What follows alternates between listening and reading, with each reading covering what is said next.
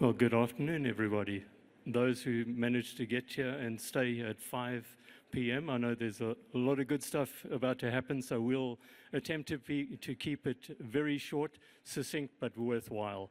So my name is Dennis Gibson. I'm the chairman of the Critical Minerals Association USA, and have the very great privilege of actually having Thomas Kruemmer here, joining us all the way from Singapore.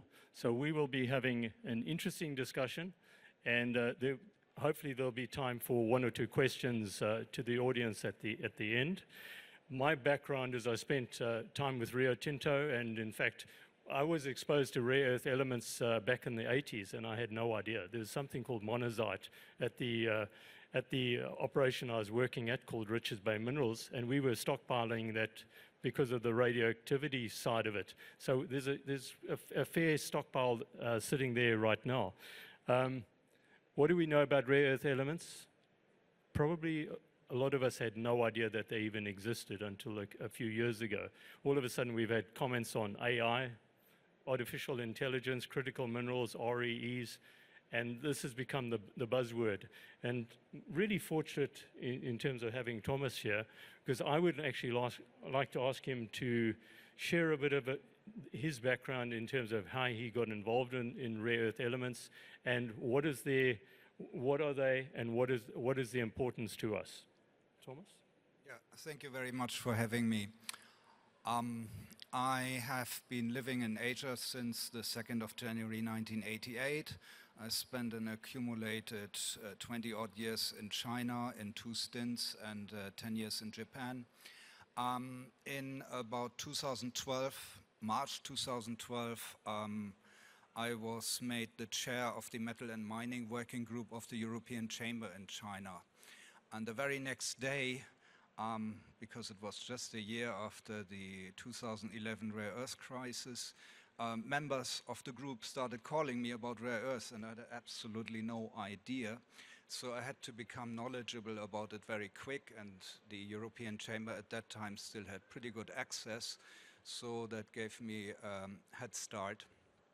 And from about 2016, with my own little company, I started to go for rare earths and learn more about it and try to engage in the physical trade, and later switched to consulting because rare earths outside China is a very difficult trade. The background was from about 2012.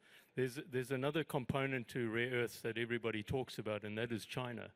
And Thomas has actually had a fairly long involvement with China, and maybe share a bit of that background, because I think it's relevant to the conversation that we're having in terms of understanding China and how China operates. Yeah, there are of course many different opinions and research about it. My personal view is when I first came to China in '88, it was a bitterly poor country. The traffic jams were bicycles, not cars. In winter, we would sit in the negotiation rooms, you know, in our coats because there was no heating, and the customers were sitting there in triple layers of mouse hoods. So at that time, China desperately wanted to develop and needed dollars in terms of exports and foreign direct investment. So a renminbi was worth nothing, a dollar was everything. So they exported whatever they could. The cost of production didn't really matter. About 92, this is now looking back from now, about 92, there are 3 rare earth separation facilities in the West that closed, 2 in Brazil and 1 in La Rochelle, France. And basically all the dirt industry started moving to China also because environmental regulation in the West, including Asian capitalist countries, forced industries to either upgrade or go to China. And the Chinese, being poor, needing money, they perhaps did not look so closely at what they were getting into, as long as this was foreign direct investment. Interesting. There's this thought out there that China really started to get involved in rare earth elements and investing therein on a very strategic basis, very well thought out for a good number of decades. What is how did China get involved in terms of rare earth elements? And what is the current state of play in terms of how advanced they are over the West? Back in the 1960s, late 1950s, early 1960s, China started producing iron ore from a mine in Inner Mongolia called Bayan Obo. They noticed quickly that there were a lot of other elements in there which did not seem to have much value, but they just put it aside in the tailings, you know, just in case it would be useful later. So that is the today largest rare earth mine on the planet. They experimented, of course, with separation, and of course know-how from the West was extremely helpful for that. In the early 1980s, the Japanese Sumitomo Special Metals registered the patent for NdFeB magnets, which then proliferated also to China, about half of it by actually proper licensing. But it never had any impetus until the early 1990s. The younger ones among us may remember there was an enormous boom of household electronics. You know, we all had Discman and Walkman, and we started buying computers. There were laptops which finally came out also with color screens, you know, and that created a significant uptick in the rare earth business in China. So on his southern tour in 1992, Deng Xiaoping, already quite advanced age, said the Middle East has oil and China has rare earth. But that was not, you know, a long-term strategic planning. It was just the joy of seeing, so finally all the efforts that we made in Baotou seem to be paying off. That's really interesting. In terms of how would you rank the West? You know, if we look at the US, China, US, the EU, Australia, and so forth, in terms of how far behind are we when it comes to development of rare earth elements, processing, and so forth? Your rare earth element processing, we can say very roughly maybe 25 years, but don't forget we had Molycorp. In terms of rare earth magnets, about 16 years. The last NdFeB manufacturer in the United States closed in 2009. But there were rapid advances. You know, anyone who has not been in a coma for the last 15 years can see the rapid technological development, and that did not stop with rare earths also. So what is there that we could do? And I know there are a number of very smart people in the audience who are actually looking at rare earth elements as an opportunity. How can we close this gap? You know, you mentioned a decade, 2 decades behind. What is there that we could do, or could Australia do and the US do to actually close that gap? Well, first of all, look at your own import statistics. Then you have a product list with quantities of your actual dependency. And there is one product that you will find missing. That is NdPr. So, based on that, I would go for market adequate rare earth element separation, not too big, so you don't need to export and compete with the masters of rare earth. And you must do the full separation. It cannot be that you try to cherry pick and throw away product. It must be the full range. Reason is the main dependency of the West is lanthanum and cerium. Lanthanum at what, 60 cents, cerium at $1.60. We need it for what? Mostly for the production and the consumption of fossil fuels. But it is what it is. That is the main dependency, and every junior rare earth miner will dispute that because they wouldn't like to produce it because it's so cheap. On the other hand, both products have a history of double-digit prices, and it did not affect the downstream market. So if Western produced lanthanum cost $12, let it be $12. At a time when the lanthanum, in about, I think, 2010, when lanthanum cost about $40 per kilo, the US Department of Defense, now called the US Department of War, made a report to Congress about the impact of rising rare earth prices on the fuel supply of the US Pentagon. And the report said the impact of $40 lanthanum was not even 1 cent to the gallon of fuel. So from that perspective, I think we should also address the main dependency in terms of volume that we have on rare earth. In terms of us living and working in a global economy, how is it possible for the US or Australia to work independently of China, or is there interdependency between China and others? Well, in terms of rare earths, can we start something in the rare earth separation in the West? Yes, we can. It's not a problem. There's more than enough raw material. We don't need a single new junior miner to address the immediate needs. You know, one can develop some shovel-ready mines over the next 5 years, but in principle, we don't need additional raw material. What we need is the processing capacity. And that will, of course, need some, say, tariff protection. I think for Australia, the liners should be a role model.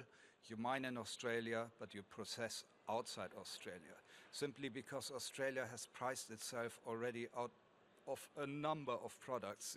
Just look at nickel, look at alumina, you know.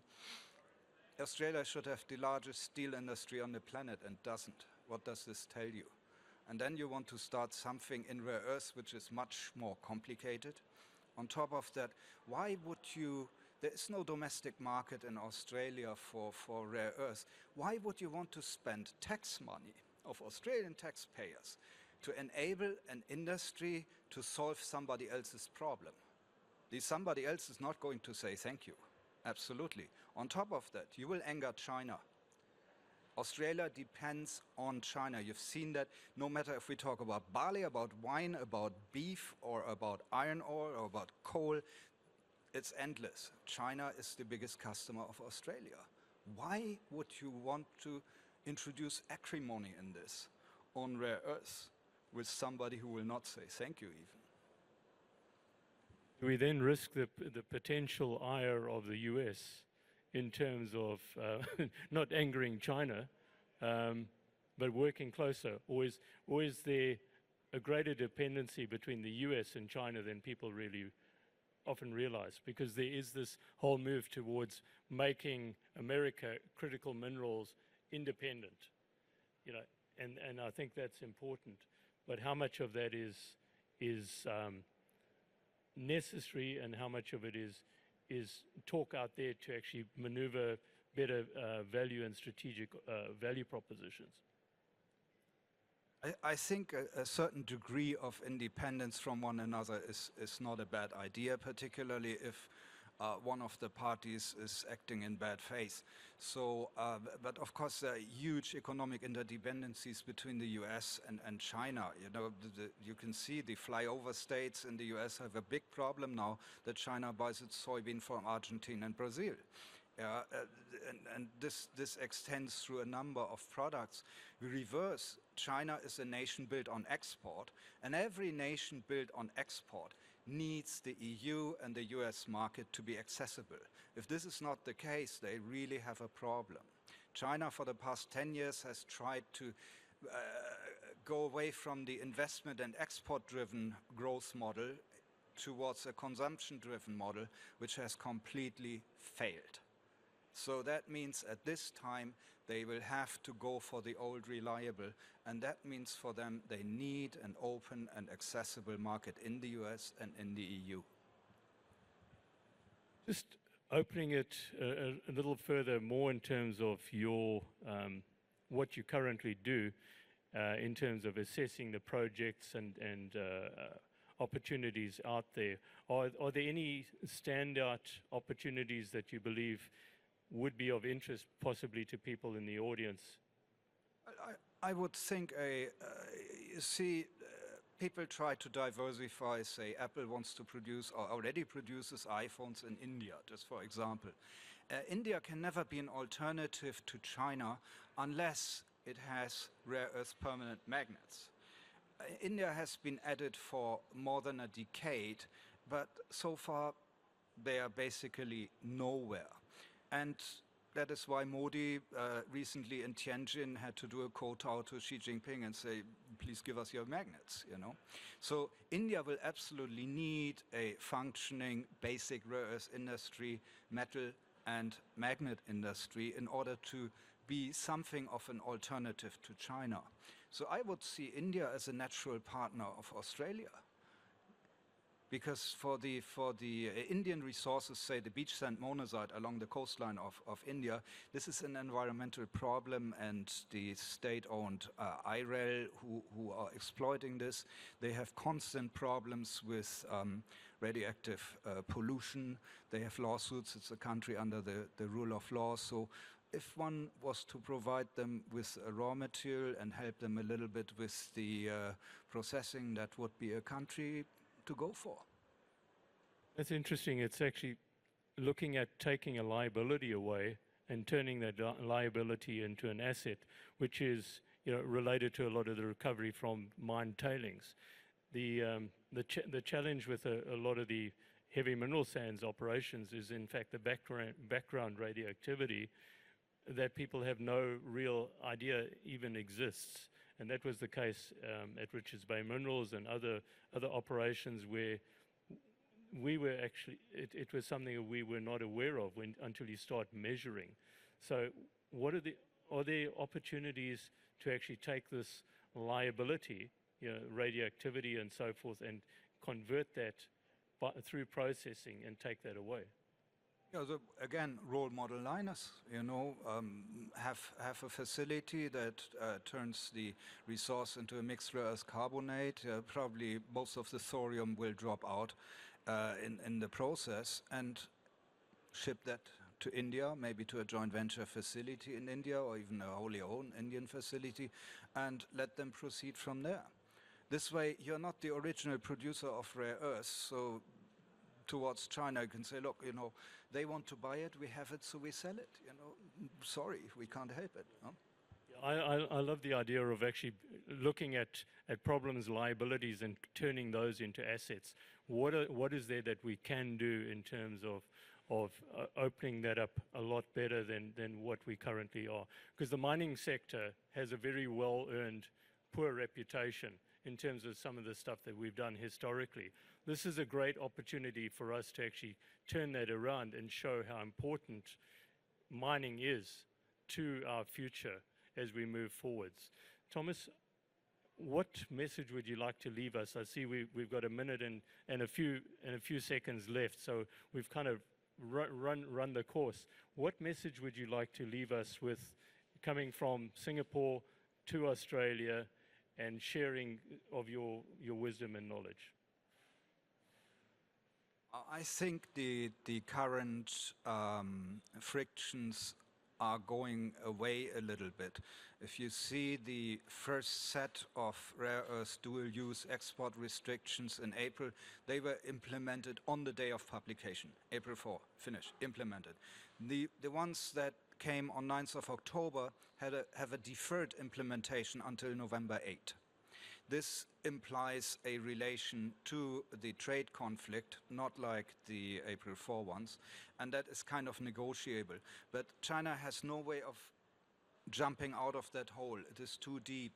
So all they would probably offer is to suspend the implementation subject to the partner countries behaving well. This is not an acceptable proposal. On top of that, the West needs all rare earths, and be it compounds, metals, or as magnets, and free access to it. It cannot be that international supply chains are interrupted because some bureaucrat in Beijing needs more time to evaluate if or not to grant an export license for a particular shipment. This doesn't fly. So we have to do something. The degree as to what we should do something should be market adequate. We shouldn't overbuild, and We should look at what our real dependencies are rather than building a castle in the sky and say, oh, in about 2040 we are going to have demand for 12,000 tons of NdPr. That doesn't fly. Yeah. Great, thank you. I see we're on 0.00000. So I'd like to join me in thanking Thomas for coming along and sharing with us of his insights. And thank you for having the patience and the endurance and perseverance to be with us on this last session of the day. Thank you very much.